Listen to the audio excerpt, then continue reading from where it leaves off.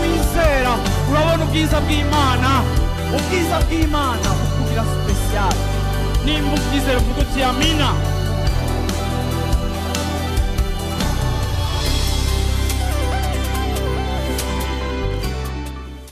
Haleluya. Umwaka wacu ni umwaka uravyumva twashize meditation yacu ku kintu kijanye no gushira izina ry'Imana imbere. Haleluya. Gushira izina rya Yesu imbere, gushira izina rya Yesu, haleluya, imbere y'ikintu cyose. Bwana sifuwe sana. Ndashaka guhera kuri passage yo muri Yakobo, gitabo cha Yakobo, Jacques chapitre 3 verset 15. Yakobo gice ca gatatu ku murongo wa 15. Ubwo bwenge sibwo bwururuka buvuye mu ijuru, ariko n'ubw'isi, n'ubw'abantu, n'ubw'abadayimoni.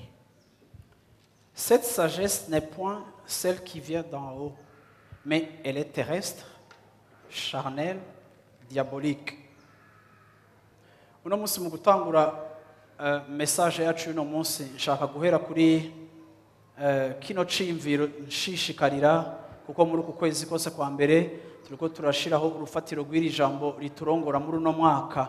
Aha Yakobo yariko ashaka kwerekana igicapo c'ubwenge abantu bagenderamwo bo muri kino gihe, abantu bo mw'isi. Bibiliya ishaka kutwigisha igihe Yakobo yariko ashaka kutwereka yuko abantu siko barongorwa n'Imana. Abantu mu buzima bwabo bahisemo guhera uko vyakoretse mu itongo rya Edeni, Adamu na Eva Imana ibahitishijemo ikababwira ingene bazobana nayo, ariko ikanababwira n'ingene batazobana nayo.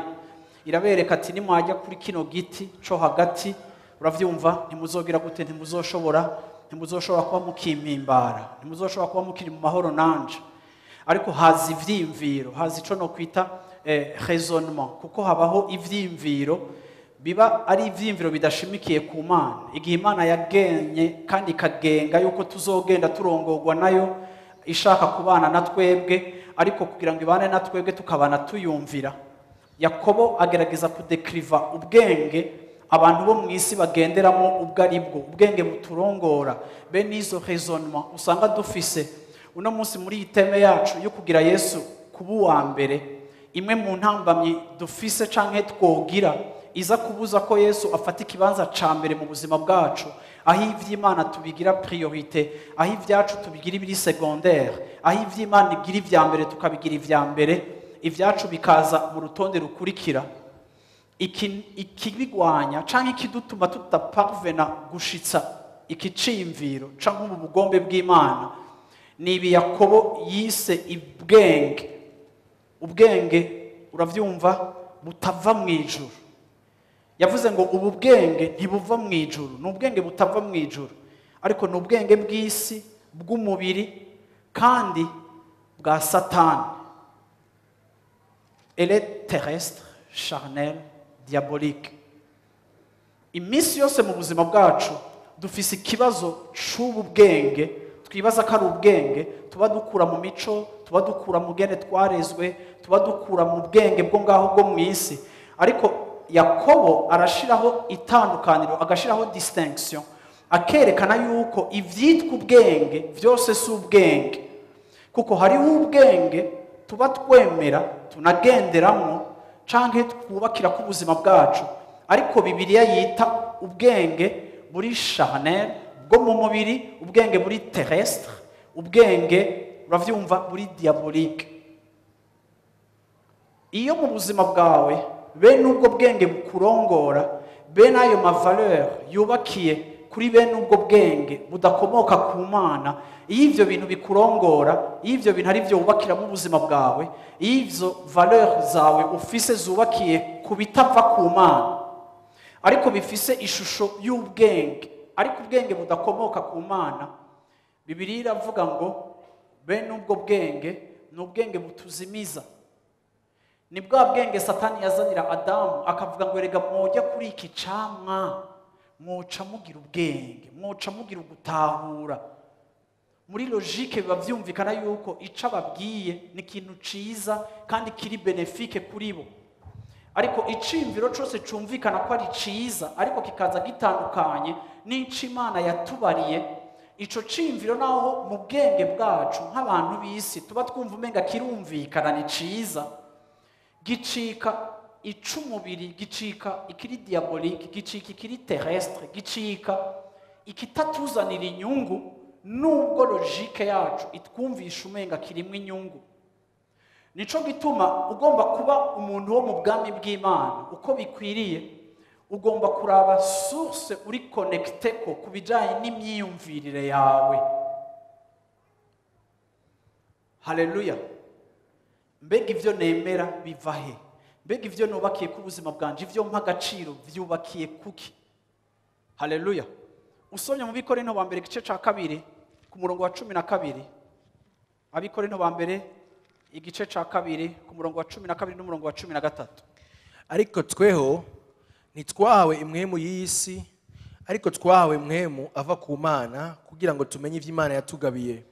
Navyo nyene turabivuga, ariko ntitubivuga mu majambo yigishwa n'ubwenge bw'abantu, ariko tubivuga mu yigishwa na mwemu, tugereranya ivy'imwemu n'ivy'imwemu bindi. Haleluya. Ariko tweho, aha Paulo ariko avugisha ishengero, nkuko nanje no musi ndiko mvugisha ishengero muri kino gitondo. Paulo aratena kumvisha ishengero yuko ubwenge twebwe twahawe buva kuri mwemu. Haleluya. Nitwaronse mwemu w'isi, igihe twakizwa twahawe mwemu w'Imana. Iki kiratugora cyane kugendana na Yesu uko bikwiriye, kuko abantu barakizwa ariko bakaguma muri manière zabo za kera, mu buryo bwabo bwa kera bwo kubaho bwo kopera. Ugasanga umuntu yarakijijwe ariko ntiyatahuye yuko hari ikintu gishasha cakoretse, avuga ngo ariko tweho ntitwahawe mwemu w'isi.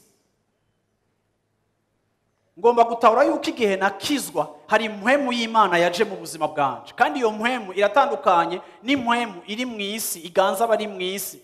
Iratandukanye ni mwemu yahora ituganza tukira abantu b'isi, kuko twahawe mwemu w'Imana. Haleluya. Amina. Ngo twahawe mwemu ava ku Mana, ngo kugira ngo dushobore kumenya ivy'Imana, ivyo yaduhereye ubuntu bwayo. Ntushobora kuzomenya ivy'Imana yaguhaye kiretse gusa uri umuntu afise mwemu w'Imana muri we. Niho tumenyera amasezerano, niho tumenyera ubushobozi twahawe, niho tumenyera uburenganzira twahawe. Ivy'Imana yaduhereye ubuntu duparvena canke tubasha kubitahura kuko dufise mwemu w'Imana muri twebwe adufasha kubisobanukirwa. Nico gituma iri kurabwira ubutumwa umuntu atarakizwa, ntubukwiye guharira nawe cane ngo muterane amajambo, kuko bimwe mu vyo umubwira ntashobora kubitahura kuko atamuhemu w'Imana atarashika mu buzima bwiwe. Iyo uriko uramubarira ibintu vy'ubumana, bimwe avyumva nk'ubusazi canke avyumva nk'ubujuju, kuko wewe ikigufasha gutahura ivy'Imana yaduhaye ibiduheresha ubuntu bwayo, ikigufasha kubitahura nuko muhemu w'Imana aba muri wewe. Iyo uriko uravugisha rero bene uyo muntu, Yesu ashimwe cyane, ugomba kutabigira birebire canke ngo mubipfe, kuko ubwo buntu wagiriwe bwo gutahura buvana n'ico wahawe kiri muri wewe kigufasha gusezisa les vérités spirituelles. Haleluya. Bwana asifiwe sana. Ngo nuko rero ngo ivyo turabivuga, ariko ntitubivuga dukoresheje amajambo duhabwa n'ubwenge bw'abantu, ariko tubivuga dukoresheje amajambo duhabwa na muhemu w'Imana. Haleluya. Dukoresha ururimi rw'impwemu kugira ngo dusobanure ivy'impwemu. Ntidukomunika ivy'Imana dukoresheje logique n'ubwenge na science n'ubwenge bw'isi, no. Dukomunika ivy'Imana dukoresheje ubwenge muhemu w'Imana atanga. Haleluya. Kugira ngo dusobanure ivy'impwemu. Iyi mirongo yose ni mirongo idufasha gutahura yuko twebwe abizera abakijijwe turafise ubundi bwenge, turafise accès ku yindi sagesse abandi bose badafise ko accès, kuko iyo tuyihabwa n'igikorwa mpwemu yera yakoze muri twe n'igihe twavyaga ubwa kabiri n'igihe dushishikara kuba mu migenderanire n'Imana, iyo tubanye n'Imana neza uko bikwiriye, Imana igenda idukomunika ubwo bwenge bwayo kugira ngo dushobore kubaho twopera canke twexista mu buzima bwo mu buryo bw'impwemu nk'abantu bo mu bwami bw'Imana, dufise ivyo dutahura n'ivyo tugenderamwo, ariko tubihabwa apana na raisonnement y'isi, ariko tubihabwa n'ubwenge bw'Imana. Yesu ashimwe cyane. Haleluya. Imana ishimwe cyane. Kubera iki? Kuko iyo umuntu adafise Imana mu mutima wiwe, iyo afata ama decision, iyo afata ingingo mu buzima bwiwe, abifata akoreye kuri ubwo bwenge dusanzwe bwo mu isi dufise, izo raisonnement Bibiliya yita des raisonnements terrestres, kwiyumvira ko mu buryo bw'isi. Ugasanga niko abantu bafata ama decision ku miryango yabo, niko abantu bafata ingingo ku bintu byose ubuzima bwabo buriko burajamwo, ugasanga ico nico kibagize, ico nico kibenspira, ubwo bwenge bwa kera bwo mu isi nibwo bubakira ku buzima bwabo, ariko ugasanga nta influence bafise y'ivy'Imana mu buzima bwabo iba permeta gufata ama decision bafatiye kuri raisonnement y'Imana. Kubera iki ntanguye mvuga kuri iyi mirongo nkompara ubu bwenge bubiri, ni kugira ngo nshimikire kuri iri jambo turiko turiga ryo kugira Imana ibe priorite yacu. Ndashaka kuvuga ngo hari ibintu tudahinduye ingene twiyumvira ubwami bw'Imana, tudahinduye rimwe na rimwe ivyo twebwe twubakiye ku buzima bwacu, turashobora kuba abakristo bo mu rushengero ariko biyumvira nk'abapagani bo hanze. Turashobora kugira communauté niniya yuzuye, siko, ariko igizwe n'abantu bitwa ko binjiye mu bwami bw'Imana, ariko batarushirije kwakira uburyo bwiyumvigwa ko, uburyo bwo kwiyumvira bwo mu bwami. Kubera iki? Bifatiye nuko, haleluya, bashishikaye, uravyumva, kubakira ubuzima bwabo ku byo bahora bemera kera, kuko bamaze gukizwa atagishasha bahawe bagomba kubakira ubuzima bwabo mu buryo bw'imyiyumvirire n'uburyo bw'imyizere mu buzima bwabo bwa minsi yose. Ndashaka kuvuga uyu munsi umutwe w'ijambo nshaka kuvuga kuno munsi uravuga ngo iki ni iciyumviro ca Bibiliya nshaka kubabarira ko ariko gishobora kudushoka, canke bamwe bashobora kucumva, canke abandi bibaza ko bakiza ariko ataco bazi. Bibiliya mu ciyumviro cayo, mu ciyumviro c'ubwami bw'Imana, mu buryo Imana yiyumvira, Imana twebwe itwita aba intendant, itwita aba gestionnaire, itwita abajejwe ivyayo. Bwira umwicanyi uti ujejwe ivy'Imana. Haleluya. Mwese nabicaye hariya hirya mu miduga mwihema, bwira umwicanyi uti uri umugestionnaire w'Imana. Haleluya. Iki ciyumviro caraje turiko turiga kuri iyi teme yacu y'uyu mwaka, nsanga kenshi biratugora mu buzima gutahura no kwibona nk'abantu bajejwe ivy'Imana, nk'abagestionnaire b'ivy'Imana. Imana yaturemye kugira ngo tube abajera, tube abajejwe, tube abacungera, tube abazigama, tube abitwararika ivyayo. Uyu munsi abakristo benshi barafise ico no kwita crise spirituelle, canke barafise ikibazo co mu buryo bw'impwemu. Abakristo benshi barafise intambara mu rugendo rwabo rw'agakiza, ariko nita intambara ziri inutile, ni intambara zihagaze yuko tutatahuye yuko twebwe abakijijwe, twebwe turabajejwe ivy'Imana, turabagestionnaire b'ivy'Imana.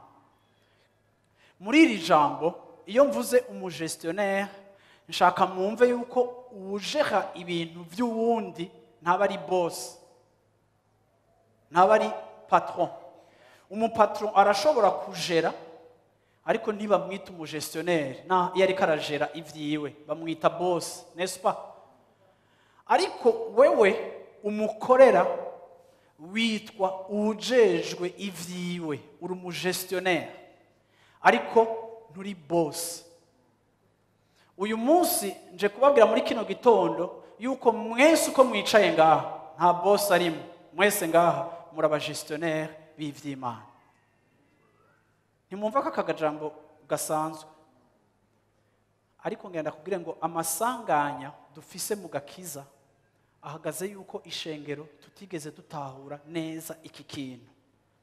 Kuko iyo udatahura who is the boss, iyo udatahura patron uwo ari we, murahakwa kugonganira kuri position yiwe y'ubutegetsi, kuko udatahura.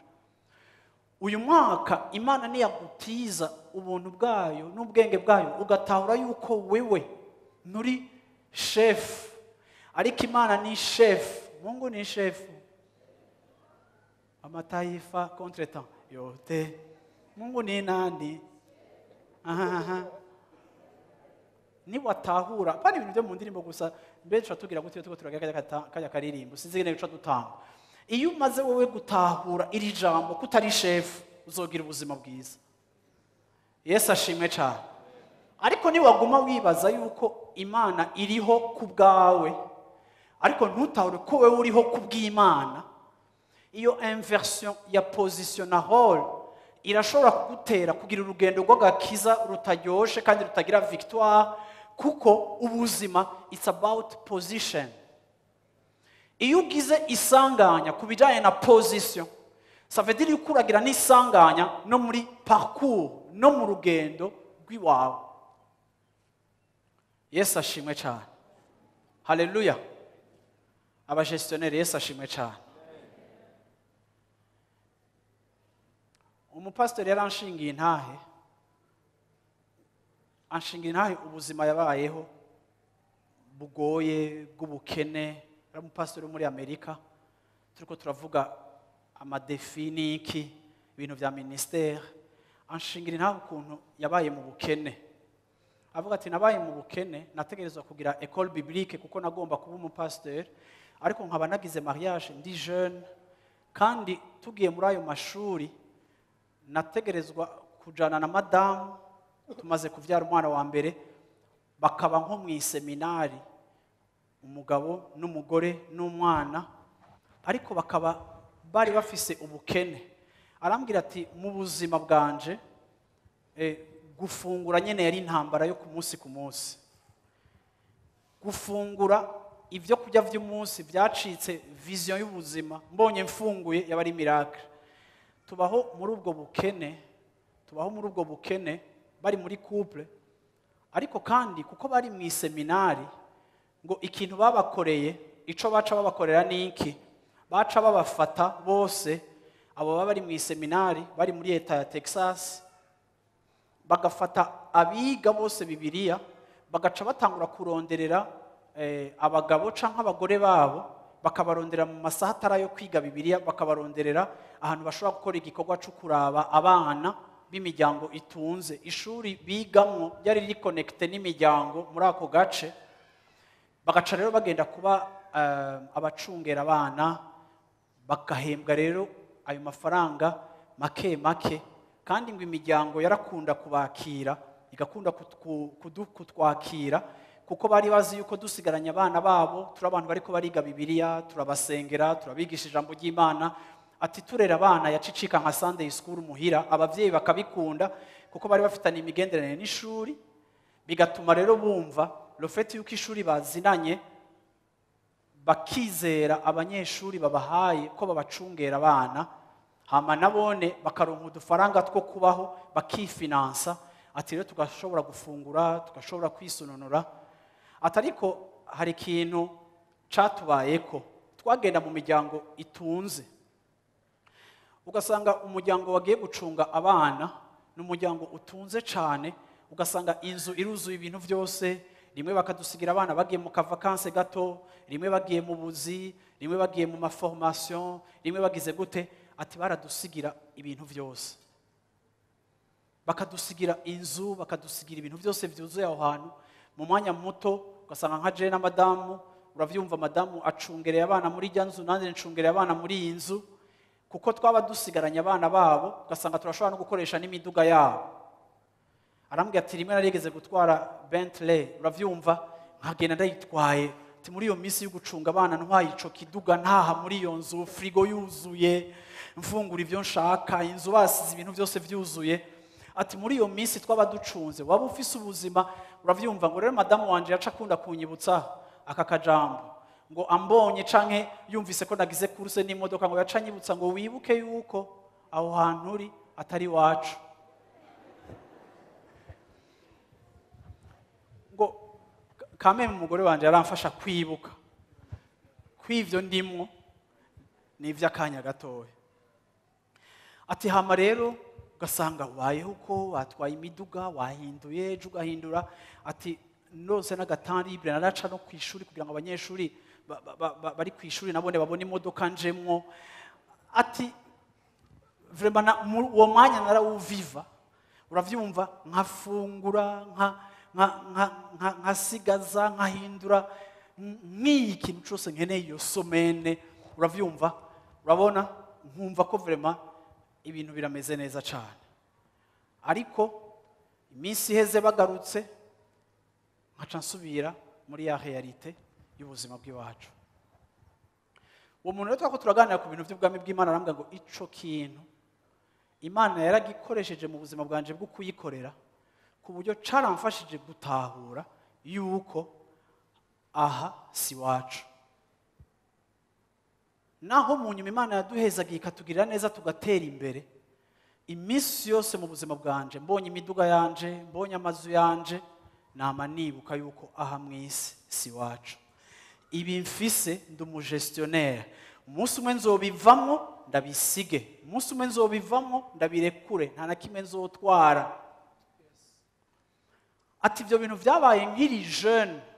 Uravyumva umupasteur akiri muri formation akiri mutoya tariko vyaranyigishije principe iri spirituel.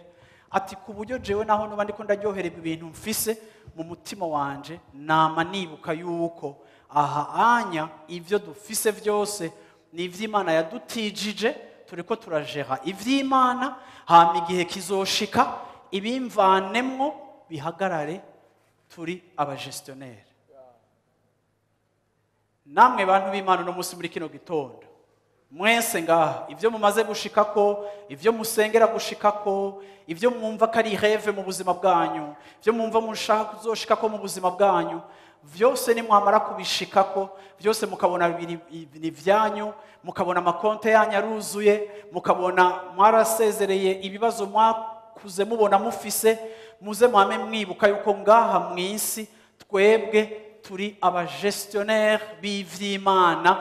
Nta kintu na kimwe ufise, nta kintu na kimwe ufise, n'ivyo ufise si ivyawe, nta na kimwe ufise ni ivy'Imana. Yarabigutije, irabiguha ukabibamwo, irabiguha ukabigenderamwo, irabiguha ukabiprofita ukabibeneficia, ariko si ivyawe ni ivy'Imana. La preuve ni wapfa vyose uzobisiga. Yesu ashimwe cyane. Haleluya. Ntushobora kuba umukristo mu bwami bw'Imana no kwita umukristo ari épanoui neza, iyi principe utayitahuye yuko ico ufise cose ni ic'Imana yagutijije ngo uyicungire. Yesu ashimwe cyane. Iyo umuntu agutije cyangwa iyo umuntu aguhaye ivyo akabigutiza, ça veut dire yuko un jour uzoranda compte ingene ico kintu wagikoresheje. Uravyumva, uzotanga rapport ingene ico kintu wagikoresheje. Sinzi ko mumva ko bitandukanye no kwibaza ko Imana ari machine asu yo kudutuma twebwe turyoherwa canke dukubita ifenti mu ikarti. Ivy'Imana idukorera vyose ni ivyituzeza ariko biri temporaire. Haleluya. Amina. Ni vyayo. Iri jambo ndashaka ko uryumva muri kino gitondo, muri kino cigwa turiko turiga kuno munsi muri kino gitondo, kugira ngo ushobore gutahura icari cyo gushira imbere ubwami bw'Imana, ubanza d'abord gutahura no gusobanukirwa à qui appartient toute chose. Ubuzima bwacu, ubusore bwacu tukiri bato, ibiki n'ibiki kintu cyose dufise ni ic'Imana. Bwana sifiwe sana. Haleluya. Amen. Nico gituma uno musi navuze ngo turi aba intendant b'Imana, turabajejwe ivy'Imana, turabajejwe gucungera ivy'Imana. Haleluya. Nivyashoboka ukagenda neza ukava muri ubu buzima, uravyumva nkuko wa munyeshuri avuye muri yanzu yasiga panze utuntu neza uko yadusize akagenda bisizaho, nawe w'Imana niyakwemerera ukava mu buzima utagiye giturumbuka nkuko covid itwara abantu, ariko ukagenda byateguwe neza, uzogenda wejeje kwegeranya utuntu twose Imana yakujeje. Nico gituma mubona uyu muntu agira apfe acarondera guhamagara abantu no gutunganya ibintu no gushira ibintu en ordre, nuko abagiye gutanga rapport, abategezwa gusubiza ibintu uko uravyumva uko yabisanzwe, agatunganya ibyo ashobora gutunganya. Iyo ugiriwe ubwo buntu ukaronka iyo occasion yo gushobora kugira gute kubitunganya. Yesu ashimwe cyane. Turi mu myaka canke turi mu gihe mwese mutabiyobewe kandi mubibona, isi iri mu bibazo bikomeye, duhitiye mu mwaka ugoye, n'uyu mwaka uraca tugoye kubera covid. Ejo nariko ndaraba amakuru ndubona ingene muri Brazil bapfishije abantu 200,000 kubera covid muri uyu mwaka, kandi abo bonya babara bamenyekane. Ndaraba ukuntu muri Amerika abantu barenga 1000 bari hafi bariko baregereza ngira hafi 250 y'abantu bapfuye bishwe na covid. Ukaraba ingene danku tuza tubonye umuntu avuye mu buzima mu kanya gato y'umuntu zubonye aragiye, kandi wari wamubonye, kandi ari ingwara umenga irasanzwe, ari ingwara n'umuntu usanga ava mu buzima karinda apfa atagiye no muri koma, akirezona, aciyumvira, ataremvye, ari kibazo juste c'amahaha.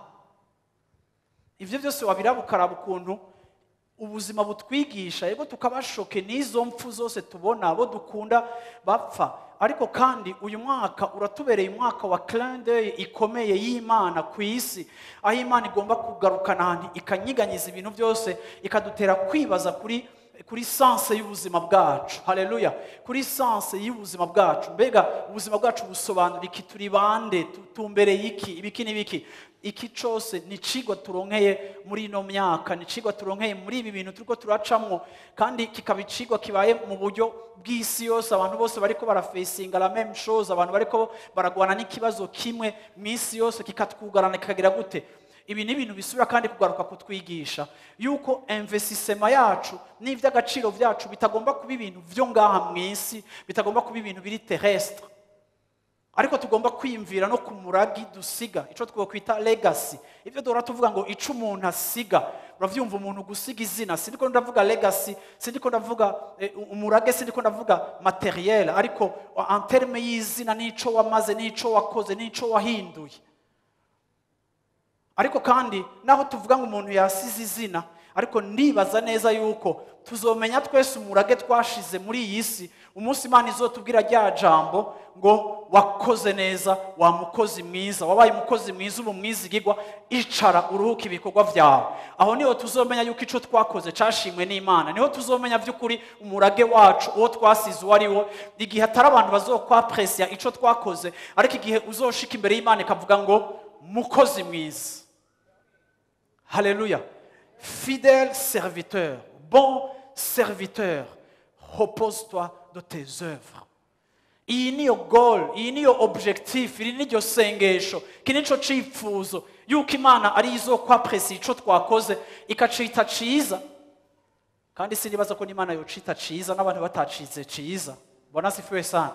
Ariko wabayeho nk'umugestionnaire mwiza w'ivyo Imana yaguhaye. Yesu ashimwe cyane. Haleluya. Bwana sifiwe sana. Rero twahamagariwe gucungera ivy'Imana, ariko tukabicungera uko yoyo ishaka ko tubicungera. Ntituraba gestionnaire bakora ibintu uko babishaka, ariko turaba gestionnaire bajera ibintu mu buryo bw'Imana. Nimba uri umupapa, nimba uri umumama mu nzu yawe, nimba muri famiye yawe uri imfura, nimba uri muto mu muryango, nimba uri we wese, naho uri umuntu ukorera umuntu, ugomba kwintegra ikiciyumviro c'ubumana yuko wewe aho uri hose n'ivyo bakujeje gukora ujejwe kubikora nk'uko Imana ikurongora kubikora, kuko position yose Imana yagushizemo uri umugestionnaire w'Imana. Turi abantu bo mu nzu y'Imana. Muri football barakunda kuvuga ngo ekipe ya Iwacu. Dora tubibona abantu bakurikirana sport, hariho abantu bavuga ngo Iwacu. Iyo uvuga ngo Iwacu, ni ukuvuga ngo ekipe adverse yabasanze muri ville yanyu, nkuko ekipe y'Igitega yoza gukina i Bujumbura, abi Bujumbura baca bavuga ngo baje Iwacu. Kandi muri football cyangwa muri sport yari yose, iyo abantu baje iwanyu, muba mufise avantage yuko mwebwe muri wanyu, kandi mwebwe muba mufise n'agahombo kanini igihe mutsindirwa iwanyu. Mu bisanzwe birateye isoni gutsindirwa iwanyu. Ekipe yose rero ya sport, iyo ironsa aba visiteur bavuye hanze baje iwabo, baragerageza kugira gute kwifata neza, barakaza bakadefendre. Pourquoi? Kuko bari wabo, bari mu nzu yabo, il faut pas ko baperda mu nzu wabo. Natwe nk'abantu bari mu isi, ndagomba kwibutsa muri kino gitondo yuko aha turi ni mu nzu y'Imana. Mu rugendo rwawe naho woba mu Nyakabiga, ukaba mu Ngagara, ukaba mu Carama, ukaba mu Kamenge, uri mu nzu y'Imana. Aha mu isi ni ahantu h'Imana, turi mu nzu y'Imana. Tugomba kujera mu buryo ataco duperda, ataco dutakaza mu byo dufise, kuko haleluya dufise umu adversaire w'Imana ari we Satani. Natwebwe nitwe ducungereye ivy'Imana kugira ngo tubikore nk'uko Imana ishaka. Jewe uyu mwaka ikintu nshaka kubasaba, umwaka nshaka kubasaba mwige kuzinduka. Kigira kabiri, uyu mwaka numva nshaka kubasaba ebana muze Imana izane gome. Jewe umwaka ndashaka ko twiga vraiment, ndashaka ko twimba, ndashaka Imana ihindura ingene tubona ibintu, ndashaka Imana ishike ahitari bwashike mu mitima yacu kuko twayiblotse. Ndashaka tuze twiyuguruye turi prêt kwakira. Yesu ashimwe cyane. Usomye muri Zaburi ya 24, Dawidi akavuga ku murongo wa mbere. Dawidi atubwira iki? isi ni y'Uhoraho, n'ibiyuzuye, isi n'abayibamwo. Haleluya. À l'Éternel et ce qu'elle renferme, le monde et ceux qui y habitent, ceux qui l'habitent. Haleluya. Isi ni y'Uhoraho, n'ibiyuzuye, isi n'abayibamwo. N'abayibamwo. Isi n'abayibamwo, ibiri mu isi byose ni ivy'Uhoraho. Inzu yawe wubatse ubamwo ni iy'Uhoraho. Ikashe yawe ufise ni iy'Uhoraho. Isi n'ibiyuzuye ni ivy'Imana. Natwebwe turabi Imana, n'ivyo dufise byose ni ivy'Imana. Iki nico Dawidi yatahuye. Iyo ordinateur muyikuremo son, kuko iri kiravugira mu mahoto. Ni ordinateur y'ubutumwa bwiza ijyayo hirya, je modi. Isi n'ibiyuzuye ni ivy'Uhoraho. N'ababirimo bose, n'abari mu isi yose n'abuhoraho. Bantu b'Imana, iyo twihenze kuri aspect ya appartenance, turihenda no kuri kurikira vyose. Iyo udatahuye ibi neza, n'ibisigaye ntuzobitahura neza. Iri niryo sanganya dufise mu buryo bw'impwemu. Isi n'ibiyuzuye n'abayirimo bose, twese confondus, toute la création et tout ce qui existe dans le monde ni ivy'Uhoraho. Amina. Alléluia. Psaume 89, 11. Change kuzindi version ni 12. Psaume 89, 11. Change 12. Ijuru ni iryawe, Ijuru ni iryawe, isi nayo ni iyawe, isi nayo ni iyawe, isi n'ibiyuzuye, isi n'ibiyuzuye. ni wowe washizeho itanguriro ryayo. Ni wowe washizeho itanguriro ryayo. Yesu ashimwe cyane. Uyu murongo mu usubiramo inyuma ya Fiston, subiramo 1 2. Ijuru ni iryawe, Ijuru ni iryawe, isi nayo ni iyawe, isi ni iyawe, isi n'ibiyuzuye, isi n'ibiyuzuye. ni wowe washizeho itanguriro ryayo. Ni wowe washizeho itanguriro yayo. Haleluya. Barizo mu mishani tunaho usigaranye iki? Haleluya.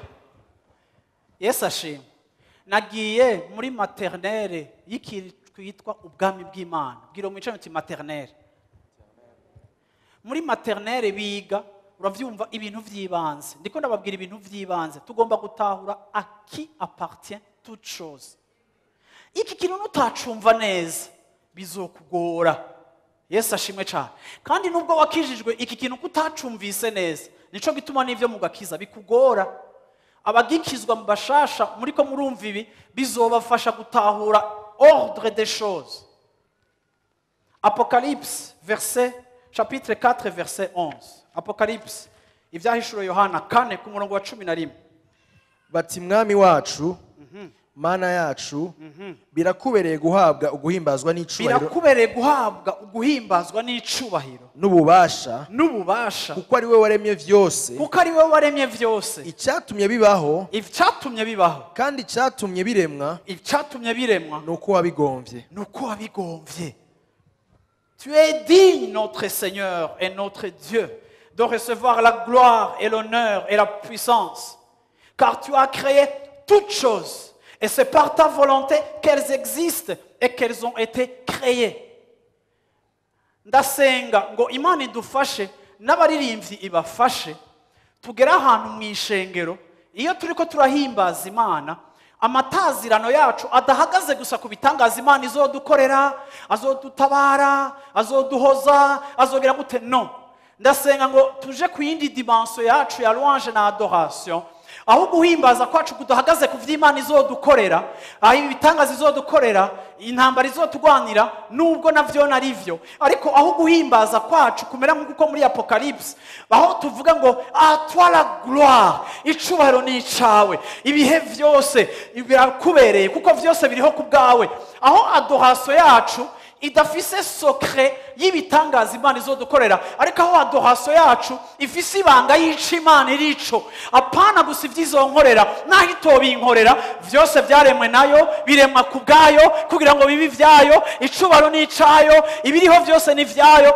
iyo adoration yacu iri focus kuri identité n'ico Imana irico Imana irahabwa icubahiro ikikwegera ko benshi igakora ibikomeye hagati muri twebwe kuko focus yacu si kuma benefice ariko focus yacu ni kucirico without any benefit. Bwana sifiwe sana. Yesu ashimwe cyane. Ndakunda kubivuga muri Afrika kubera twakubititse tugakena tukagwara tugadohoka indirimbo zacu zihagaze cyane kugutabagwa n'Imana kandi tukazikunda cyane kuko ni indirimbo z'amaganya ni indirimbo z'amagogwa ni indirimbo z'agahinda n'intuntu kandi uravye n'indirimbo zigira success ziba arizo ariko indirimbo zacu nizigenda cyane kuco we only wewe icarico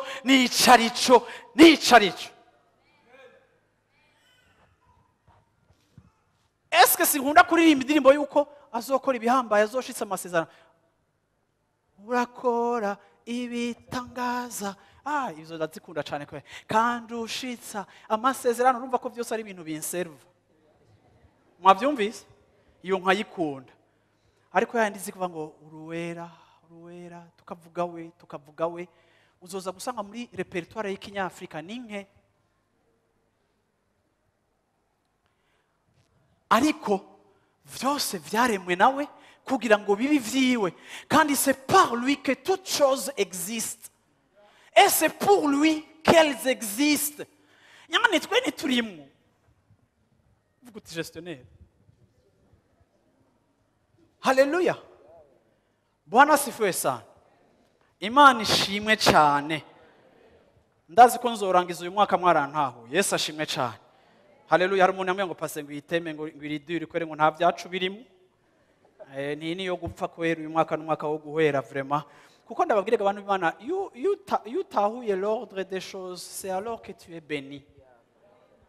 Mais quand tu évolues dans le désordre en cherchant la bénédiction, tu contradis le principe de la bénédiction, mon cher ami. Alléluia.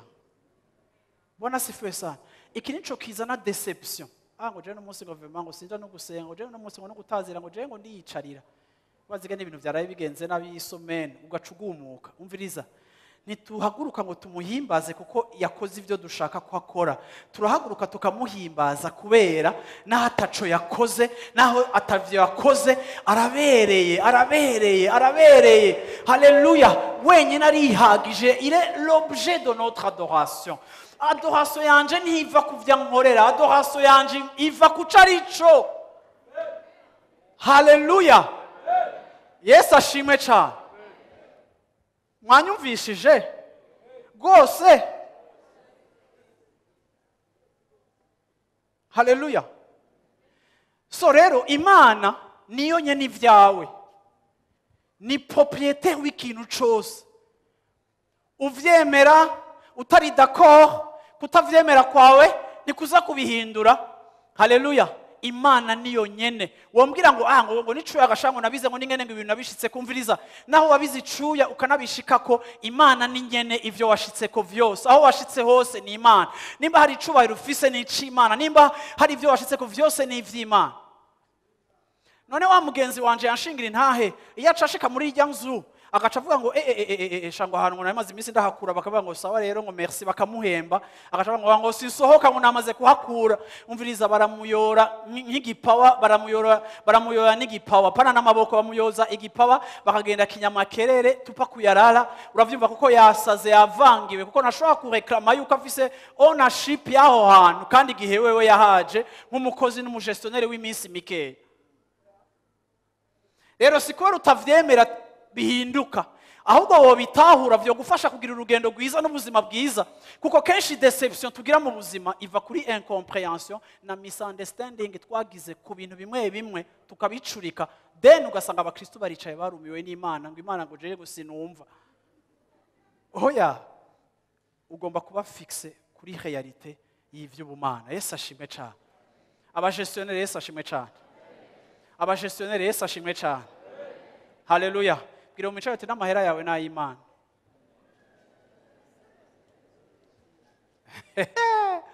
Aho rero Yesu ashimwe cyane. Haleluya. Amina. Muri principe y'ugutegeka mu bwami bw'Imana nta partage ya responsabilité, nta partage hari ya wewe n'Imana ngo turabisangiye. Nta nakimwe musangiye n'Imana. Iryo jambo muri kosore, wewe nta nakimwe musangiye n'Imana, rien. Haleluya. Nta partage hari. Siko. Nta partage hari. Siko. Kuko tugomba gutahura yuko, uravyumva, ivyo mfise vyose siko ni vyayo. Mwana wawe gashengero ry'Imana. Siko. Nukuvuga ngo umwanya wanje, ingabire zanje, ubutunzi bwanje ni ivy'Imana. Ivyo wamaze kubitahura, utangura kwiyumvira ngo mbega umwanya wanje Imana yampaye kugira ngo ndawujere, umwanya ungana n'imyaka yo kubaho yawe. Imana yaraguhaye le temps, mbega ujera umwanya nk'uwande? Ukoresha umwanya wawe nk'uw'Imana? Mbega ingabire Imana yaguhaye, nimba ari ingabire zo kugira neza, uravyumva, uzikoresha gute? Ziriko zibenefisi abandi gute? Ujera gute ingabire zawe? Ujera gute ubumenyi bwawe? Ufashisha gute abandi ico Imana yaguhaye, kuko si icawe. Yona yarihenze, Imana imurungika gutanga profesi kugira ngo igisagara ca Ninewe gikire. Aragumuka, aravuga ngo Mana baya ntidukunda nasinja kubabwira. Imana iramubwira ati genda ubabwire kuko ngiye kubahonya. Yona nawe naravuga ati ese icoma ahubwo ntibaronke avertissement ngo bihane hamu bahonye kuko n'abansi bacu. Bwari ubwoko bankana. Imana iramubwira ati Yona wewe ntutahura ikintu kimwe. Wewe ingabire naguhaye, profesi naguhaye si yawe kandi ntibadirije wowe kubishaka, ni yanje. Ni ingabire naguhaye, uyikoresha uko jewe nshaka. Wewe uri umugestionnaire y'ico naguhaye, you are not the boss. Yona aragumuka ati je nigiriye ahandi, aca yifatira ubwato avuga ati ndagiye Kalemi. Imana iteza ibibazo ubwato, basanga ubateje ikibazo ni Yona, nawe aravuga ati gani jewe nabateje amaprobleme, bagaterera mu mazi cwa, urufi ruramumira. Aravuga ati Mana ntabara, Mana ntabara. Imana bati ndagutabara uje Ninewe aho nakurungitse. Urufi rumaze kumudaho inyuma y'iminsi 3 ngo uravyumva, agasanga ni muzima. Acaja kubwira ubutumwa abansi babo kandi baca barakizwa. Imana icira batabara. Haleluya. Kubera iki? Turabagestionnaire. Nidukoresha ivy'Imana yaduhaye uko twe tubishaka, dukoresha ivy'Imana yaduhaye uko yo ibishaka. Iyi ni principe y'ubwami bw'Imana. Abasitwaye b'ubwami bw'Imana, ibintu biba uko ashaka apana uko ushaka. Izi caprice usanga dufise uravyumva uri mu gikorwa umurongozi aragukankamiye ubwira demisiyone umurongozi arakubwiye ukunya uragumutse uricaye reka ndakubwire ntituraba propriétaire w'ivy'Imana yaduhaye talent ubushobozi bukerebutse ikintu cyose Imana yaduhaye nicayo niyikijera imbere yuko mfata decision ngomba kwisumeta canke ngomba kwitwareka kumenya ngo mbega iyi decision ngiye gufata iri conforme n'ico Imana ishaka kuko ivyo mfise ari ivy'Imana. Iyo udesize kwiryamira dimanche kubera d'abord waryamye unatevye samedi no wowe ntufise ownership ya decision kubijanye n'ubuzima bwawe uko bumeze c'est Dieu. Yesu ashimwe cyane ndumva mutanyitaba Yesu ashimwe cyane haleluya. Decision jewe mfata kuko Imana yampaye kuba umugestionnaire ngomba kwiyumvira ingene ivyo yampaye rero ndabidevelopa ingene ndabijera ingene ndabidevelopa. Kimwe mu bintu bigize umugestionnaire agizwe no kujera no kudevelopa. Mwari mubizi umugestionnaire ntabiyika gusa nta proteja umugestionnaire arabiyika akanadevelopa. Kimwe mu vyo jewe njejwe ndajejwe ku buzima bwanje ku mwanya Imana yampaye kuri talent Imana yampaye ku bwenge Imana yampaye ku vy'Imana yampaye njejwe kubicungera neza njejwe kubizigama kandi nkaba njejwe no kubidevelopa. Ngomba gushishikara gukura naho ndiko ndabaserva nka pasteur il faut ko nkura kuko mfise responsabilité yo kudevelopa ico Imana yashize mu buzima bwanje.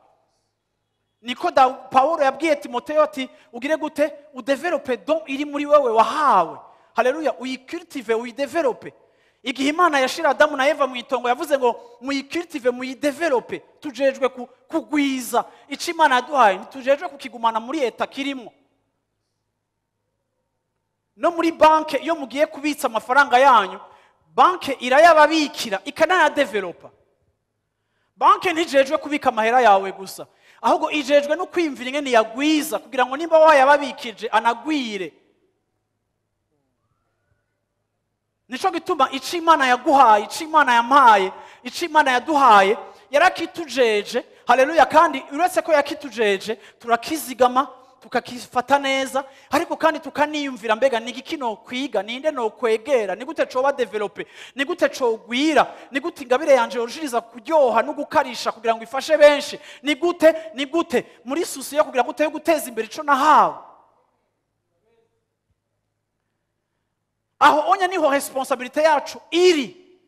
Iyo ndondera Imana iyo niga ijambo ry'Imana iyo ngira gute ivyo byose biradevelopa ico Imana yampaye ariko kandi mba ndiko ndacitwararika mu myaka yanje yo kubaho mu minsi yanje yo kubaho ni gute ngwiza nkashira mu gaciro ivyo Imana yampaye. Haleluya. Yesu ashimwe cyane Yesu ashimwe. Esayi 14:12 kugera kuri 15. Uyu n'umuntu Imana yari yarateye iteka yitwa Luciferi. Imana imuha gutegeka no kuganza hafi ijuru ibintu yakora yarategeka yari umuntu adasanzwe. Imbere yuko n'isi ibaho witwa Luciferi yari umuntu akomeye mu ijuru. Imana yahaye ubwiza ikamuha ibintu haleluya ikamuha gloire ikamuha iki ukura vyumva usoma ngaho.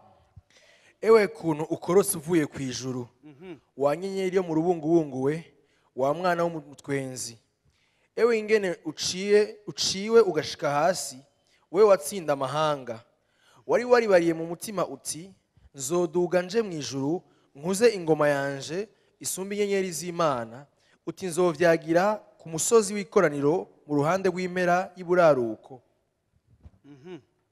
Soma Apocalypse 12 verset 4.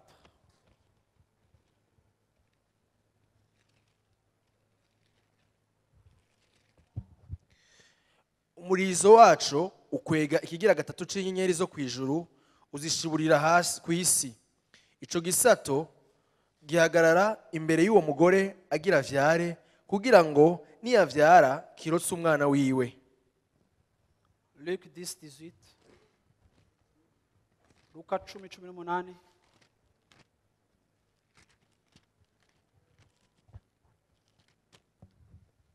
Arababwira ati nabonye Satani avuye mu ijuru akoroka nk'umuravyo.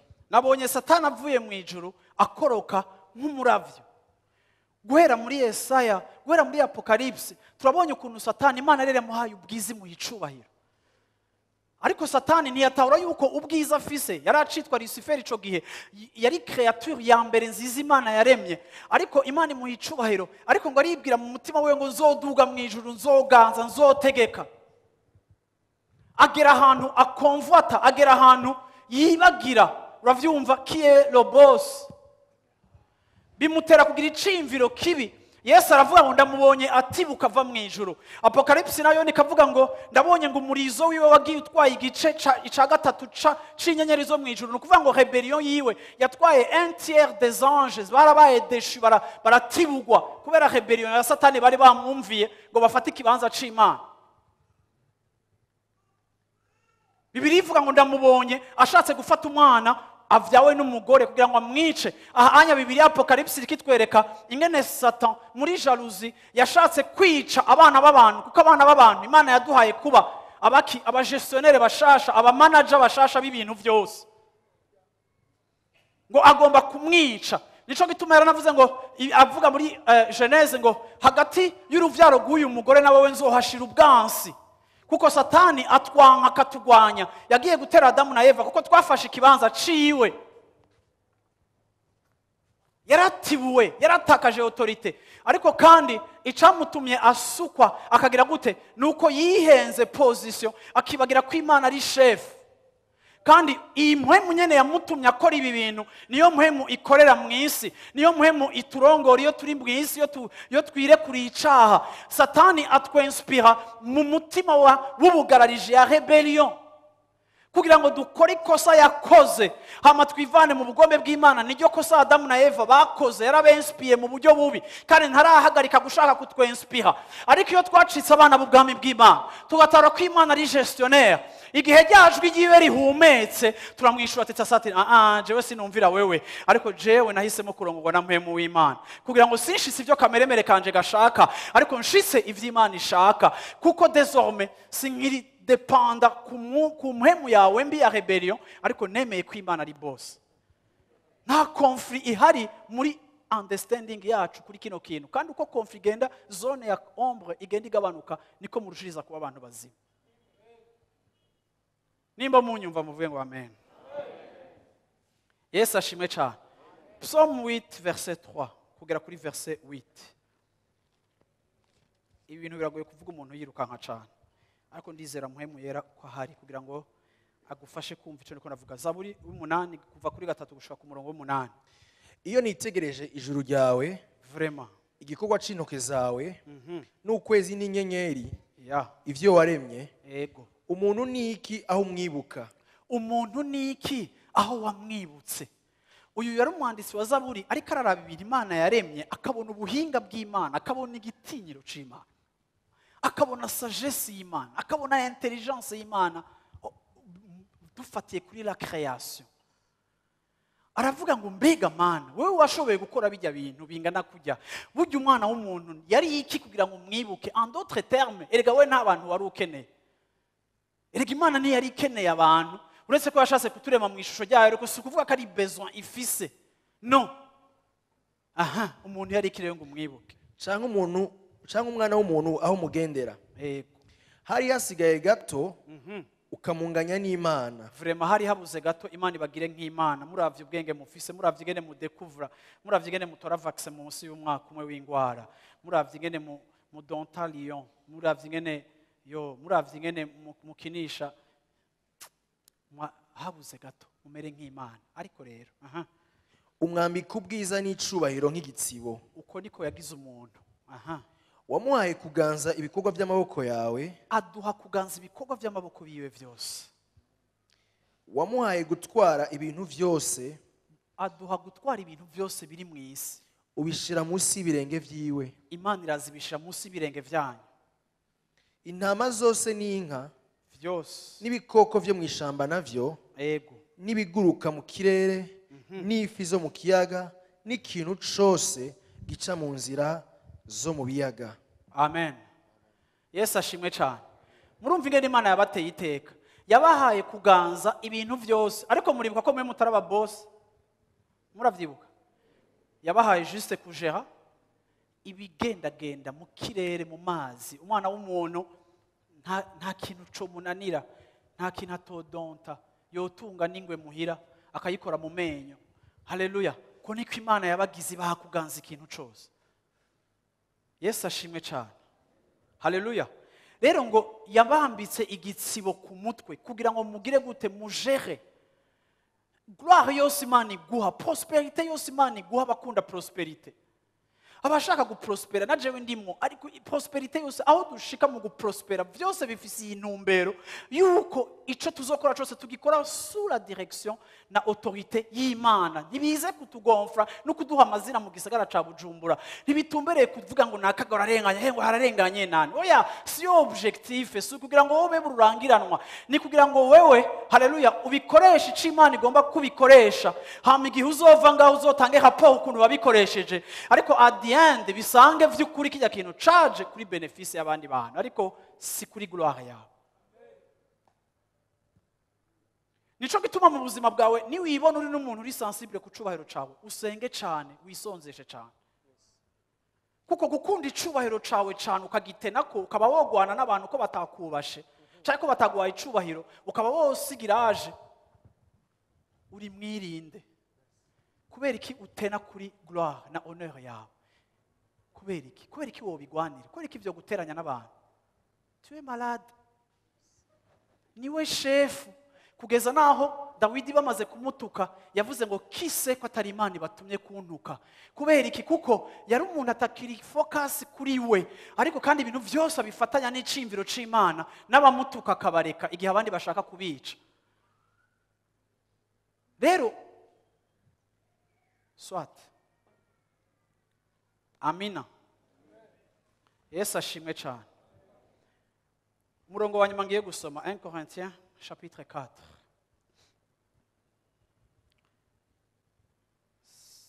1 Corinthiens chapitre 4 verset 7.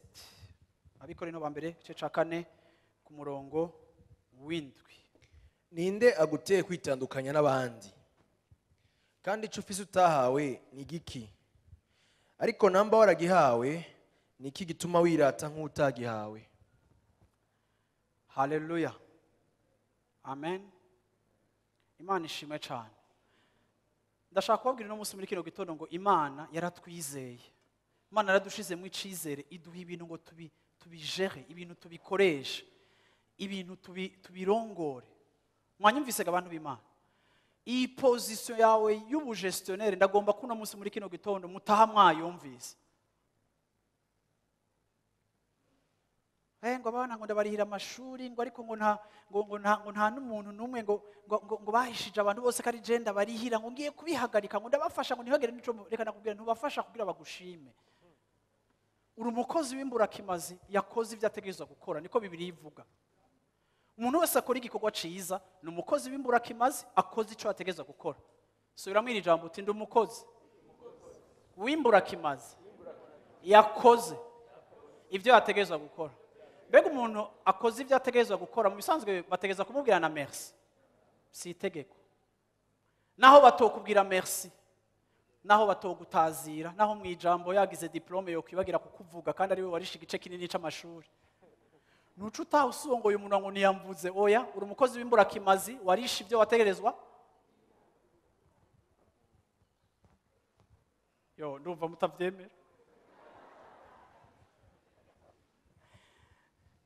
Hariho ingene mu Burundi tugira neza kugira ngo bazotugirire neza. Muramaze kubibona? Ngwega mwana ngukwiye gufasha abantu, ngwega mwana ngukwiye kwitaba imanza, ngo nawe ngutitavye imanza ngo ndazokwitaba ugwawe. Erega mwana ukwiye gufasha abantu, mbega nawe nibagira ikibazo neza azogufasha. Reka ndababwira ntidufasha abantu kubera nabo bazodufasha. Si investissement à long terme. Dufasha abantu kuko arico twavutse gukora, bakitwishura, baduherana, turabikora kuko uri umukozi w'imbura kimazi ariko arakora ivyo ategerezwa, ivyo wavukiye gukora, nta deni bagufitiye. Nei. Ariko ngo nimubike ubutunzi bwanyu mwijuru, aho abasuma n'abambuzi badashika, aho ingese zidashika, aho so mwijuru wenyene, haleluya, ababikiye ibitsibo bijyanye n'ibikorwa byiza byose muzoba mwarakoze. Uwo tudiringa nawe iyo dukora ni umuremyi wacu. Ariko si reponse niteze ko uza kuma. Iyo ufise objectif nk'izo ugakora ibintu ukaja kuraba abantu kugira ngo baze babigukorere, urazi iyo bataje wapfishije. Yo. Ngo ningene nabaserutseko. Ngo mu myaka 5 iheze ngo Jacqueline apfuye ngo niho narindi. Ngo mu myaka ngo 10 iheze bigihe ngo wapfunga umwana wabo nije nagemura. Yo uragwara uhavugira akabonge. Yo. Ni wabikoze kugira ngo bazobikwishure. Bagize ico babikoreye, Bwana asifiwe sana. Bazobara abantu bashima. Ariko batagize n'ico babikoreye, Bwana asifiwe sana. Kuko wewe waremwe kugira ngo ujere ivy'Imana yaguhaye kandi ubikoreshe uko ikubwiye kubikora. Yesu ashimwe cyane. Kandi ari udiringa nayo kuko niwe boss wawe.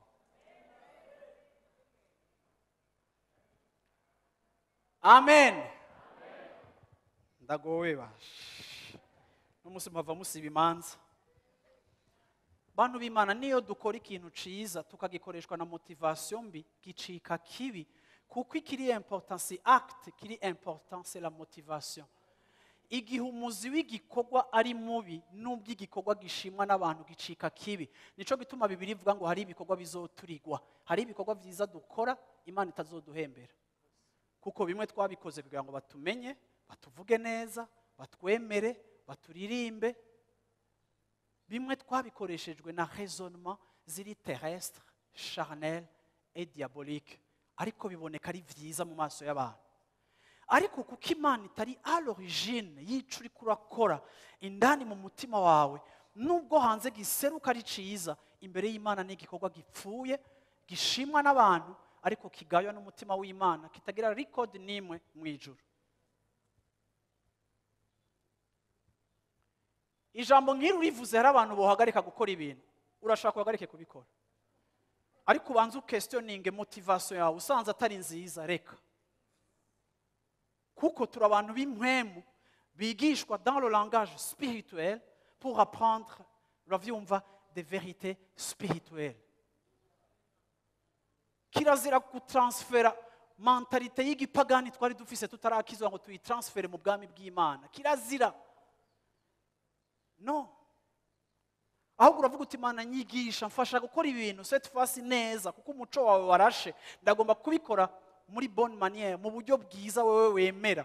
Nimba standard turabira ko ivyo dukora ari standard z'Imana, tugasanga iyo twako tubikorera kuri standard z'abantu, ntiduca tubiheba kubikora, ariko turaduza standard dukoreramo, tukagenda muri reference na standard z'Imana. Yesu ashimwe cyane. Yesu ashimwe cyane. Bwana asifiwe sana. Umushinwa yaramaze imyaka myinshi adashobora gukora imodoka ngo yinjire muri Europe. Kubera construction y'umushinwa, imodoka yiwe standard yayo iri low, iri hasi, ija muri Afrika. Ije muri Europe bakagenda bakagonga igihome, bakagonga ibintu, ipasuka nabi, na security ya airbag ntiproteja umuconducteur yacapfa. Ifare ko umushinwa adacavuga ngo ngo ndabihevye rero kubera Europe idashaka kwakira imodoka yanje. No, ifare ko umushinwa ashishikara kwiga no kwiga kurugeza ashobora gukora imodoka iri solide igashobora kwinjira kuri marché européen. Why? Kuko ku isoko ry'abanyaburayi hariho standard za security y'imodoka, utazikwije naho ko bagasa neza hanze, kagasa na Visi, kagasa na Nadia, utwo tumarke ntitwinjira hariya. Kubera iki? Kuko yaratugonza abantu ntibavamwe. Uravyumva? Kubera iki? Turi fragile, ntitumacinga na standard za security za Europe. Ubu rero umushinwa yaramaze gukora imodoka, rero ubu yarinjiye muri Europe, ariko byamusabye gukora. Iyo vyanse ntiduca duheba, ahubwo iyo vyanse turagenda tugakreza, tukarondera gukora ibintu mu buryo bwo kugira ngo vyakigwe, vyemegwe n'Imana. Kubera kera twakora ibintu ngo abantu bavyakire, ariko ubu twararengeye gukora ibintu ngo dushimwe n'abantu, dusigaye dukora ibintu kugira ngo dushimwe n'Imana. Bavyita elevation des standards. Indirimbo muzoyirimbe stand. Bwana asifiwe sana. Yesu ashimwe cyane. Bwana asifiwe sana. Yesu ashimwe cyane. Haleluya. Ugomba kuba uwa mbere. Nico gituma mu ijambo ry'Imana bavuga ngo muzoba imitwe ntimuzoba imirizo. Ntibyari ibintu gusa, ni ukuvuga ngo twebwe uburyo bwacu bwo gukora ibintu bugomba kuba excellent kurusha ubundi buryo bw'abandi bantu, kuko aho ducometswe naho motivation yacu iba, haratandukanye n'aho abandi bacometswe n'aho bakura motivation. Nico gituma muzoba imitwe mutazoba imirizo, kandi nico gituma muhamagariwe kuba ba mbere mu kugira neza. Mutagirira neza biwanyu kuko ngo n'abapagani nivyo bakora, bagirira neza biwabo, mwoba mutandukaniye hehe? Ariko tugirira neza nabo tutazi, juste yuko nabone arabanya amasezerano kandi bazokwerita hamwe natwe ivy'Imana yasezeranye, tukabagirira neza, tutava hamwe, tutava mu bwoko bumwe, tutava mu ntara imwe, tugakonekta nabo, tutava muri ivyo bintu byose, kuko uko niko twiyumvira tukira abapagani. Now turi abana bo mu bwami bw'Imana, standard zacu za reflexion n'ibitugenga mu kwiyumvira biratandukanye n'ivyagenga abo hanze. Haleluya. Uyu murongo rero nasomye ubwanyu. Haravuga ngo ni igiki kigutandukanya n'abandi? Qu'est-ce qui te distingue des autres? Nimba hari umuntu afise ibintu bimutandukanya n'abandi, ukaba ufise amasuccess, ukaba ugize iki, ukaba ushoboye iki, ukaba ufise, ni igiki kigutandukanya n'abandi? Niko Pawulo abajije. Ni igiki kigutandukanya n'abandi? Ni igiki uhora wiraba ukabona yuko ufise abandi badafise, ahubwo n'abandi bahora bapresiya mu buzima bwawe kubera ugifise kandi kiri haha canke kitoroshe? Ni ikihe kintu abantu bagushima iyo bakubonye? Ni ikihe kintu ufise abandi kumbure badafise canke batarashikako canke benshi badafise? Ni ikihe kintu kigushira muri classe kanaka y'abantu ukaraba ugasanga uri mu baprivilege mu buzima? Haleluya. Amina. Yesu ashimwe cyane. Akongera akavuga ngo rero ni igiki rero ufise utahawe? Niwamara kugitora ukavuga ati je vraiment ebana ndumuhinga muri iki kintu. Kibazo kigira kabiri ngo ni igiki ufise utahawe? Ninde muri mwebwe ngaha afise ikintu atahawe? Umbwiye ngo wamye uri excellent mu ishuri, hama urevoriwa, ufise carrière nziza, ufise ubwenge, ibibazo byose ubu wa mbere, fine. Ico ni ikintu ciza Imana yaguhaye, ni talent. Ariko ni igiki ufise utahawe? Hari ahantu wabiguze, warabicumukuriye, warabirondeye, abo muvukana bameze nka wewe, peut-être pas. Ico ufise ni igiki? Deux, ni igiki ufise utahawe?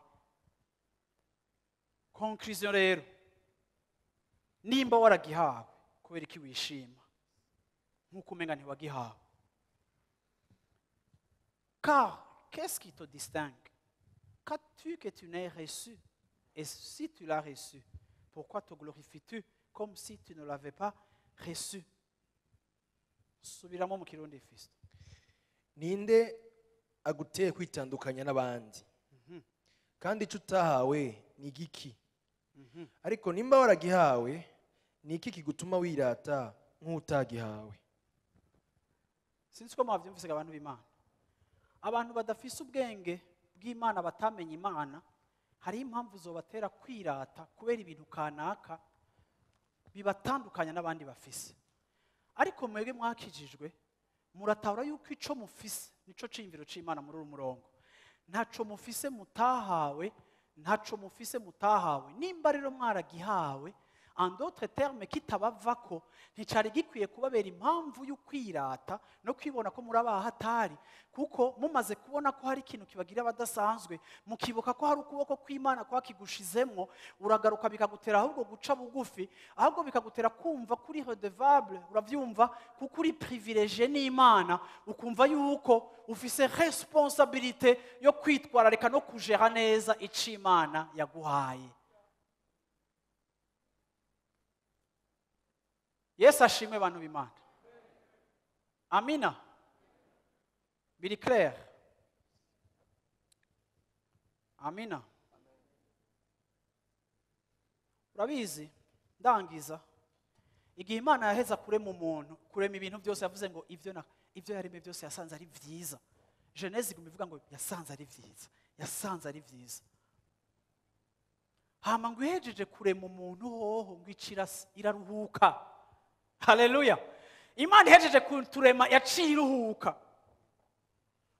Kuko ibindi byose yarabiremye iravuga ngo ni vyiza, ariko ihejeje kuturema twebwe ngo icikire gute? Iciraruhuka. Tellement yari fier nico ihejeje kurema, icihejeje gushiramo umuntu ari mu ishusho ryayo. Mbe murumva icaco mu ishusho ryayo? imana ntiri mu ishusho ryanyu. Encore une fois, iyi ni question ya position. Imana ntisa natwe, twebwe dusa nayo. Ubwo rutonde muragumva? Iyo ngiye mu kiyo, uravyumva, nkiraba nkagira ukuboko gutya mu kiyo, ivyikiyo gikora bigira gutya na cone, siko? Iyo ngiye mu kiyo nkagira ngo no mu kiyo, ikiyo kigira ivyo nyene. Ni ukuvuga ngo ikiyo kihofleta gisubiramo ico jewe ndi. Ikiyo uravyumva, bamwe muri mwebwe mugiye mukirama mu miyo mugasanga muronze cane canke muravyibushe cane, musha muvuga ko ico kiyo atarico. Bamwe muri mwebwe mugiye ku munzani ukaguha ibiro vyinshi canke bikeya, washaka moins canke plus, ucuvuga ngo uyu munzani warapfuye. Hari ibintu tuba twiteze ko bitraduiza la réalité y'amadone vyahawe. Imana yiteze yuko na twebwe ubuzima bwacu butraduiza réalité y'amadone yatanze. Yesu ashimwe cyane. Imana ishaka yuko ituravye yibona kuko dusa nayo. Kuva igihe twakijijwe twaspiha gusa nayo, dushaka gusa nayo, turondera gusa nayo, kuko iyo niyo reference yacu. Jewe sinsa nabi wacu. Jewe objectif si yo gusa n'abarundi canke ngo nshiki Buraya, nka kujya umuntu ashiki Buraya ukumva ndi Kirundi yaracibagiye kandi yagiye akuza afise 36 ans agasigara avuga amafrancais.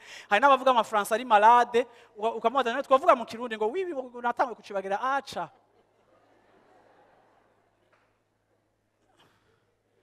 Nta kindi kintu na kimwe jewe nkeneye kwikonforma atari Imana. Nta muntu numwe ndaba mu buzima ngo nuve ngo nshaka kumera nkawe, hamwe ntanguye gutera imbere nca ndambara nkawe, nce ntambuka nkawe, nta muntu numwe nshaka gusa nawe. Kuko abantu ni muri reference yanje. Reference yanje ni Kristo. Ibisigaye abantu bose umwe wese arisa. Simpamagariye gusa na wowe, simpamagariye kwirabura nkuko wirabura, sinkeneye kwisiga ngo mbizobe nkuko nawe, sinkeneye gusa sinkeneye gusa nk'abazungu, sinkeneye kuvuga nk'abazungu, singomba je ne veux pas. Nta complexe y'abazungu mfise. Ahantu niraba gusa ikiyo nirabamo nk'icomplexe n'igihe ndavye n'Imana isa n'ingene jewe ndi mubi. Aho niho honyene numva ko quelque chose bouge.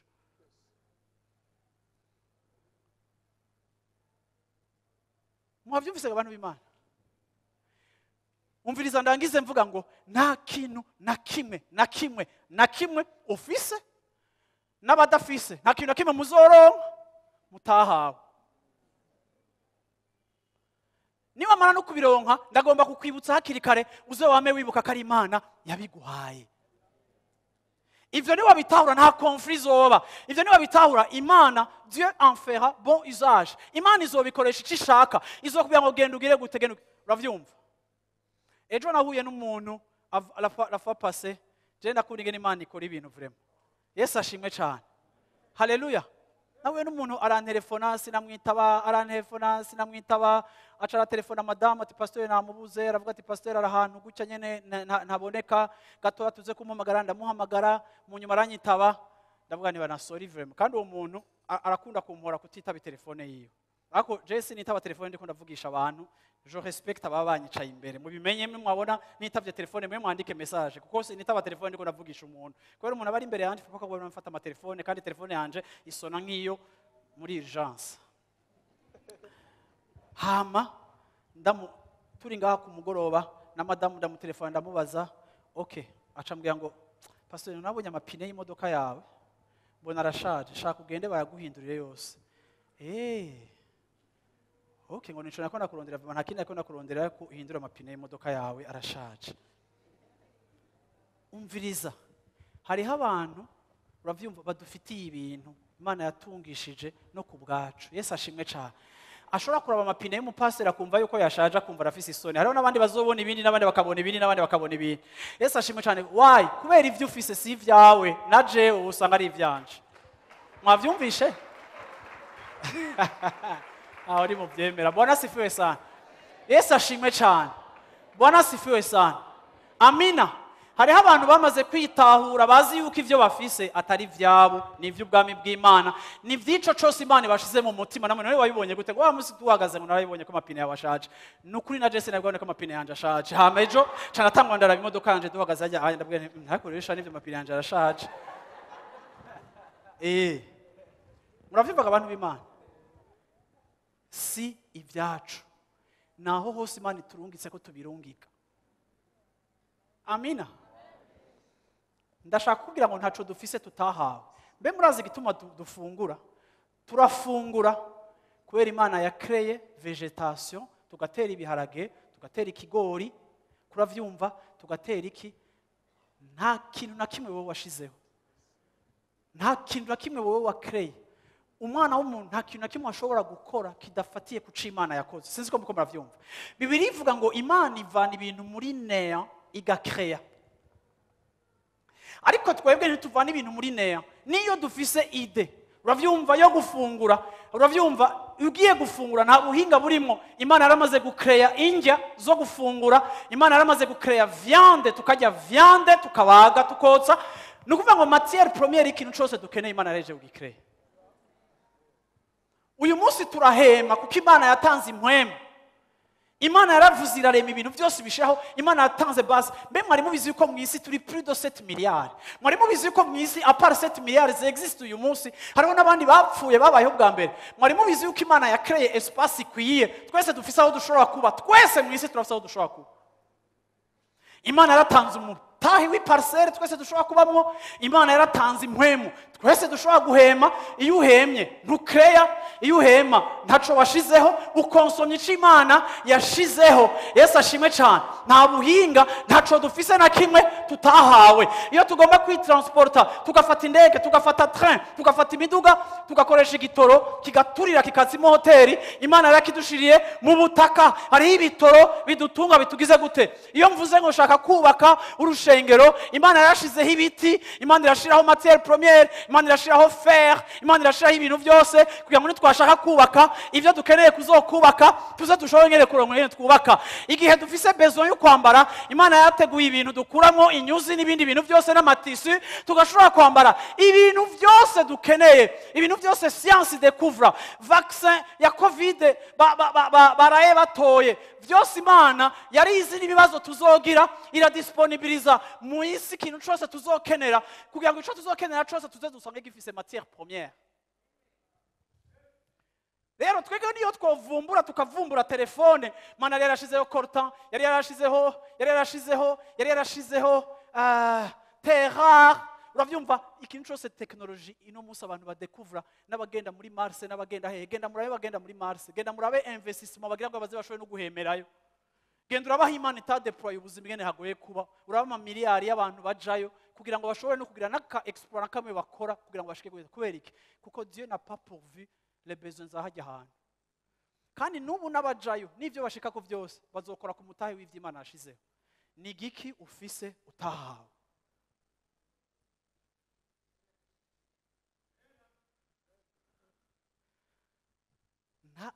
Umviriza arabizo plastique mwicayeko, rabaho hantu muhonyoye.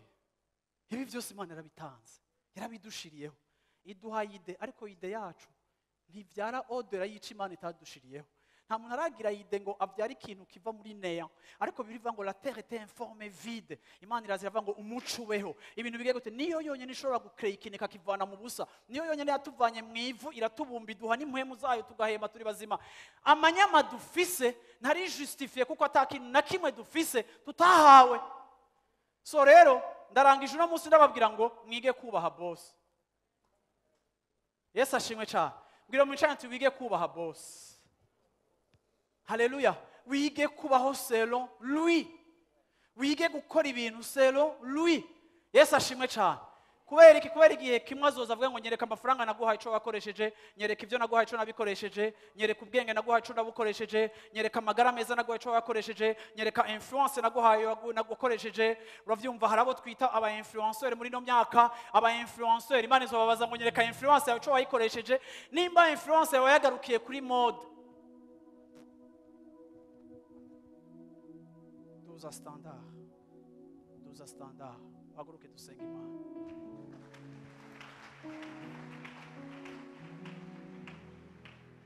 Haleluya. Haleluya. Isi yose n'ibiyuzuye n'ivyayo. Munyemerere ndashaka dufate umwanya wo gushimira Imana, si umwanya wo gutaha. Munyemerere naho yoba 5 minutes. Uravyumva naho yoba umunota umwe n'igice canke iminota 2. Ndashaka umuntu wese ahagaze. Uhaguruka uvuga uti Imana ndagushimiye ko wangize kuba umugestionnaire w'ivyawe. Haleluya. Ndagushima ko wanyizigiye ukama kuganza sur toute la création n'ivyo washizeho vyose. Haleluya. Ndagushimiye ko watugize ico watugize. Haleluya. Mana ndagomba ngo unshoboze Mana kuba ico witeze komba. Haleluya. Singomba kubaho ndakudeseva, sigomba kuva muri ubu buzima nifasha uko ntari nkwiye kwifata, ariko Mana mpa kuvyura standard zanje, mpa kuvyura urugezo rwanje rwo gukoreramwo ibintu, ndabikore Mana uko ubishaka uko ubigomba. Haleluya. Haleluya. Ashobora kuduza ijuru ukamushimira uti Mana ndagushimiye Mana kuko waduteye iteka, watugiriye neza. Haleluya. Waduhaye ivyankenerwa vyose, habuze gato utunganishe n'Imana. Haleluya. Watwambise ubwiza n'icubahiro kugira ngo tuganze ibintu vyose, tuganze amafi yo mu mazi, tuganze inyoni zo mu kirere, tuganze ibigendagenda n'amaguru. Ivyo vyose wabikoze Mana kugira ngo Mana yo mu ijuru, haleluya, mu buryo budasanzwe waturemeyemwo. Haleluya. Haleluya. Turi mu ishusho ryawe kugira ngo tube abajejwe ivyawe. Turagomba kuba abagestionnaire beza, turagomba kuba abaintendant beza, turagomba kuba abakoresha neza Mana ivyo waduhaye, turagomba gukoresha neza umwanya wacu, turagomba gukoresha neza amarelation waduhaye, turagomba gukoresha neza ikintu cyose waduhaye, ico dufise à notre disposition. Turagomba gukoresha neza abana bacu Mana no kubatwara mu gishoboka cyose ciza Mana wageneye ubuzima bwacu. Nta kintu tugomba gukora nkuko turaba boss ubwacu twenyene, ariko tumeze nk'abantu basigaranye inzu kandi igihe kimwe bazoyivamo, kandi propriétaire ashaka gusanga iri propre, ibintu byose byakozwe correctement, atacatakaye, ahubwo ibintu byarushije kuba vyiza. Mana kominiko uwo mutima mu ishengero ryawe. Haleluya. Mwami Yesu ndaguhaye icubahiro muri kino gitondo Mana. Ndagushima Mana ko turaba gestionnaire, ndagushima ko turaba intendant bawe, ndagushima Mana yo mu ijuru ko turaba kuzigama ivyawe no kwifata neza mu vyawe. Mana yo mu ijuru ndagushima Mana ko ivyo waduhaye vyose, umwanya, talent, ressources zacu, finances zacu, ivyo waduhaye vyose Mana ari ivyo kugukorera, ari ivyo kuguhesha icubahiro. Ni wowe ntumbero Mana yo mu ijuru. Nta na rimwe muri entreprise umugestionnaire akora ibintu uko abishaka, uko avyibwirije, ariko areponda kuri boss. Kandi nta na rimwe muri entreprise boss atanga rapport ku mugestionnaire. Haleluya. Ariko kandi igihe cose hiérarchiquement parlant, haleluya, nye n'ibintu niwe akeneye guhabwa rapport. Mana ndatawe ko muri kino gitondo niwe wenyine ubuzima bwacu, niwe waduhaye impwemu duhema, niwe waduhumekeyemo impwemo, niwe washizeho ama organe yose ari mu mubiri wacu, niwe washizeho Mana mu ijuru systeme yanje yose, systeme y'umubiri wanje wose, respiratoire, aravyumva, y'amagufa yigize ubwenge bwanje, yigize iki byose bihari Mana yo mu ijuru kuko wabimpaye kugira ngo bigukorere, biguheshe icubahiro. Mana ndasenze muri kino gitondo ndakwereka ishengero ryawe Mana muri uno mwaka aho twavuze ngo ubwami bw'Imana ubwa mbere na mbere. Mana ndasenze Mana ngo uduhe Mana gutahura l'ordre des choses kugira ngo ntidusubire kugendera muri confusion, utuvane mu maresonnement yacu ya kera, uburyo twiyumvira tutarakizwa, uburyo twiyumvira bivaye n'aho twakuriye n'ivyadushikiye, akaba ariyo maresonnement aturongora. Ariko Mana kuri uyu munsi ijambo ryawe nk'umuco twahawe muhemu wawe, twigishwa muri muhemu wawe, dukoresheje ubwenge muhemu atanga kugira ngo dutahure ibintu vy'impuhemu. Ndasengeye ishengero ryawe no munsi muri kino gitondo, abari hano hantu muri uno mwaka utubere umwaka wo kwikonsakra Mana kuvyo wowe washize imbere, kuvyo wowe wahaye agaciro, kubiri ordre wowe washizeho ibintu. Mana singishaka yuko Mana tubaho ubuzima cyangwa kubaho ubuzima aho nibaza yuko wowe uri ngaha pour me servir. Ego Mana urabikunze kungirira neza, ariko si objectif yawe principal. Objectif yawe principal igihe wandema nuko nkora ibintu nkuko wowe ubishaka, nkareponda kuri autorité no ku burongozi bwawe no ku rukundo rwawe, nkakora ibintu uko wowe ubishaka. Ndasengeye ishengero ryawe Mana, abari hano hantu, abo wekifye, abo watungishije mu buryo bumwe canke ubundi, abo ufise ivyo wahaye mu buryo bumwe canke ubundi, abo ufise ivyo washikanye ko ku buryo bumwe canke ubundi. Mana ndasenze ngo duhe gutahura yuko nous sommes les gestionnaires de tes biens. Turi ngaha mw'isi, manda yacu irahari, myaka yacu yo kubaho irahari. hama tuzotaha mana tuzoza tukubwira ingene twakoresheje itaranto waduhaye, ubwenge waduhaye, ubushobozi waduhaye, ubukerebutsi waduhaye. Mana ndasengeye umuntu wese ari hano hantu mu ishengero rya Life Center, ndasengeye ishengero ryose mana, kugira ngo mana ngo iyi pense irushirize kuba une révélation, ikiciyumviro, iyi meditation muri kino gitondo irushirize kuba ihishurirwa kw'ishengero ryawe, ku bantu bahawe, kugira ngo ntidusubire kwinjira en compétition avec toi ku kintu icyo ari cyo cyose. Ariko mana twame dukubita isaruti nk'uko umusirikare abonye general ari umusirikare muto agororoka akamuramutsa. Mana duhe kugira iyo attitude à l'égard y'iciyumviro cawe, kugira ngo mana ntidusubire kubaho twibaza yuko turanganya ijambo, cyangwa twibaza ngo mana wowe turavise icyo tuvuga imbere y'iciyumviro cawe. Ariko mana ugomba kutuzana ahantu dutahura yuko turi domaine yawe, turi domaine yawe. You are a king, hallelujah. Natwe turi domaine yawe, turi territoire yawe, turaho exerce influence yawe, turaho exerce autorité yawe, turaho exerce ivyiyumviro vyawe, turaho exerce umugambi wawe. Icubahiro kibi cawe mana, ubu n'ibihe bidashika. Hallelujah. Abantu b'Imana bavuga ngo amen, amen.